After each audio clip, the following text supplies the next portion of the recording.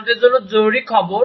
ষষ্ঠ থেকে দ্বাদশ শ্রেণীর উপবৃত্তির টাকা প্রদানের নতুন নিয়ম প্রকাশ করলো শিক্ষা মন্ত্রণালয়, যেটা তোমাদের জানা অনেক বেশি জরুরি। প্রতিটা শিক্ষার্থী তোমাদের এই দেখো একটি নোটিশ প্রকাশ করেছে উপবৃত্তির টাকা প্রদানের নতুন নিয়ম, তারা নোটিশে জানিয়েছে এবং বেশ কিছু আপডেট তোমাদেরকে দিয়েছে যেগুলো তোমাদেরকে জানা অনেক বেশি জরুরি।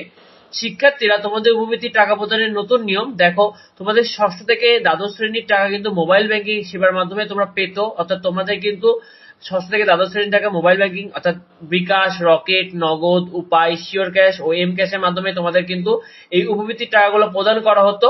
তবে তারা জানিয়েছে 15ই মে পর্যন্ত অন্যান্য মোবাইল ব্যাংকিং এর মাধ্যমে শিক্ষার্থীরা টাকা পেয়েছে।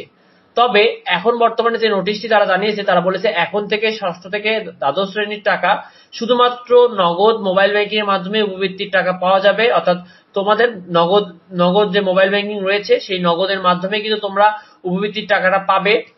আর আগামী 22 মের মধ্যে তোমাদের ষষ্ঠ থেকে দ্বাদশ শ্রেণীর শিক্ষার্থীরা তোমাদের উপবৃত্তির জন্য নগদ মোবাইল ব্যাংকিং কিন্তু তোমাদের উপবৃত্তি শাখায় যুক্ত করতে হবে। তো উপবৃত্তির সাথে তোমাদের যে নগদ মোবাইল ব্যাংকিং একটা অ্যাকাউন্ট খুলে ফেলতে হবে এবং সেই সাথে সেটা কিন্তু তোমাদের স্কুলে এটা জমা দিতে হবে।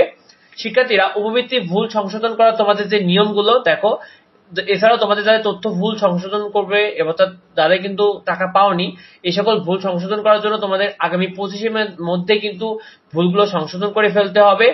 আর নিজ স্কুলের শিক্ষকদের সাথে অথবা তোমার স্কুলের অফিসে গিয়ে অবশ্যই যোগাযোগ করতে হবে যাদের তথ্য ভুল রয়েছে, যারা টাকা পাচ্ছ না এর জন্য।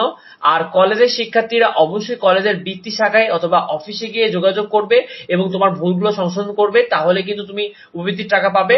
আর আরেকটি যেটা বিষয়টি ছিল সেটা হলো নগদে অবশ্যই কিন্তু তোমরা নগদ মোবাইল ব্যাংকিংটা যুক্ত করবে, যার মাধ্যমে তোমাদের টাকা আসবে। তো পরবর্তী আপডেট গুলো পেতে অবশ্যই আমাদের চ্যানেলটিকে সাবস্ক্রাইব করে রাখো। আর যদি কোনো প্রশ্ন থাকে অবশ্যই ভিডিওতে কমেন্ট করো, তোমাদের যাবতীয় প্রশ্নের উত্তর দেওয়া হবে। দেখা হবে পরবর্তী ভিডিওতে পরবর্তী আপডেটে। ধন্যবাদ সবাইকে।